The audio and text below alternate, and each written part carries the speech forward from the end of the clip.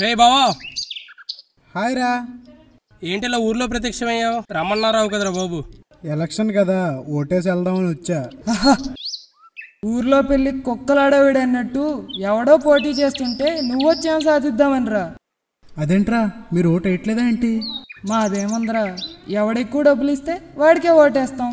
నాదొక్కోటే కదా, వేస్తే ఎంత వేయకపోతే ఎంత. ఆ మాటకు వస్తే అసలు ఓటే వేయట్లేదురా. ఎలక్షన్స్ 11వ తారీఖు రా. దానికి ముందు ఒక రోజు వెనక ఒక రోజు సెలవు పెట్టుకున్నట్లయితే మా ఫ్యామిలీతో ఎంచక్క హాలిడేస్ బయటికి వెళ్ళొచ్చు. అయినా నా ఒక్కడి ఓటు వల్ల దేశం ఏమైనా బాగుపడుతుందంటావా? ఈ ప్రజాస్వామ్యంలో నాయకులను ఎన్నుకునే హక్కు మనకే కదరా ఉంది. అలాంటిది ఆ హక్కును వినియోగించుకోకుండా ఇలా నిర్లక్ష్యం చేస్తే ఎలా? రే బావా, నేను సిటీలోనే జాబ్ చేస్తున్నారా. ఆ మాటకు వస్తే నేను ఓటేయడానికే వచ్చా, కానీ వీళ్ళు ఇలాగ ఆలోచిస్తారనుకోలే. అన్నా, మీరంతా మాట్లాడింది విన్నాను. దాని గురించి నాకు తెలిసిన ఒక విషయం చెప్పాలనుంది. అబ్బచ్చా, ఆహా, ఏం తెలుస్తా నీకు? సిటీకి వెళ్ళి 4 ముక్కలు చదువుకొని వచ్చి మొత్తం తెలుసు అనుకుంటున్నావా? ఏం తెలుసు చెప్పదా? క్రికెట్లో ఒక రన్తో గెలిచినప్పుడు ఆ రన్ యొక్క విలువెంతో, ఎగ్జామ్లో ఒక్క మార్కుతో పాస్ అయినప్పుడు ఆ మార్కు యొక్క విలువెంతో, ప్రమాదం నుండి ఒక్క క్షణంతో తప్పించుకున్నప్పుడు ఆ క్షణం యొక్క విలువెంతో, ఒక నాయకుడిని ఎన్నుకునేటప్పుడు ఒక ఓటు యొక్క విలువ కూడా అంతే. మీరంతా చదువుకున్న వాళ్ళే కదా, మీకు కొన్ని విషయాలు చెప్తాను. మన వాజ్పేయి గారు ప్రధానమంత్రి అవ్వకపోవడానికి కారణం ఒక్క ఓటు.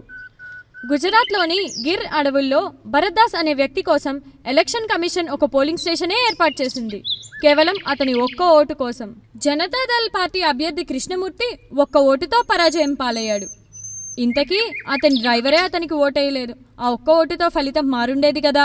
రాజస్థాన్లో సిపి జోషి అనే వ్యక్తి ఒక్క ఓటుతో ఓడిపోయాడు. ఏముందులే అని వదిలేసిన తన తల్లి భార్య ఓట్లు పడి ఉంటే అతను గెలిచేవాడు. అన్నా, మీరు నాది ఒక ఓటే అనుకుంటున్నారు. అలా అనుకునే వాళ్ళు ఎంతోమంది ఉన్నారు. అటువంటి ఒక ఓటు కలిపితే ఎన్నో ఓట్లు, అటువంటి వందల వేల ఓట్లు వృధా అయిపోతున్నాయన్నా. ముందు మీ ఓటుకున్న విలువ తెలుసుకోండి అన్నా. తరువాత మంచి నాయకుడిని ఎన్నుకొని నవ సమాజ నిర్మాణ స్థాపనలో ముఖ్య పాత్రధారులుగా నిలిచిపోండి. ఓటు వేయకుండా మీ ప్రశ్నించే హక్కును కోల్పోకండి. ఏం చెప్పావు? మాకు ఓటు ఆవశ్యకత తెలియక కాదు, ఎలా వినియోగించుకోవాలో తెలియకలా ఉన్నాం. అయినా ఎవరో ఎన్నుకున్న వారిచే పాలించబడటం ఎంతవరకు కరెక్ట్ అని ఇప్పుడు అనిపిస్తుంది. నీ ఒక్క ఓటుతో దేశ భవిష్యత్తు మార్చలేకపోవచ్చు, కానీ ఆ ఒక్క ఓటుతో దేశ భవిష్యత్తు మారుతుందంటే ఆ ఒక్క ఓటు నీదే ఎందుకు కాకూడదు? ఇలా వేలు చూపించి ప్రశ్నించే హక్కు ఇలా ఓటు వేసేవాడికి మాత్రమే ఉంటుంది. మన ఓటు హక్కును మనం వినియోగించుకుందాం. మనం ఎన్నుకున్న వారిచే పాలింపబడదాం. ఆ పాలన నచ్చకపోతే ప్రశ్నిద్దాం, అంతకు మించితే గద్దెదింపుదాం. అరే అబ్బాయి, ఇట్రా. చెప్పాబాయ్, ఇది నచ్చింది, నేనేం చేయాలి? లైక్ చేయి బాబాయ్.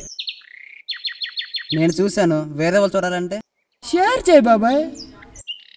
నా స్పందన తెలపాలంటే? కామెంట్ చేయాలి. మళ్ళీ చూడాలంటే? సబ్స్క్రైబ్ చేయి బాబాయ్.